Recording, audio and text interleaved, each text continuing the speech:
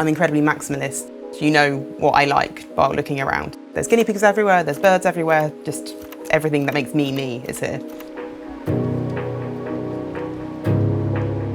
I'm a millennial, 100%, and definitely born in the 90s, and I love Pokemon and like guinea pigs, and I'm a nerd.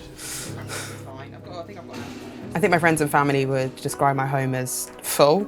There's a lot of stuff here, but I also think it's quite full of love, and that's important to me. My name is Abby, I live in London, and I live with my sister Hannah and her boyfriend Rob, and my 4 guinea pigs.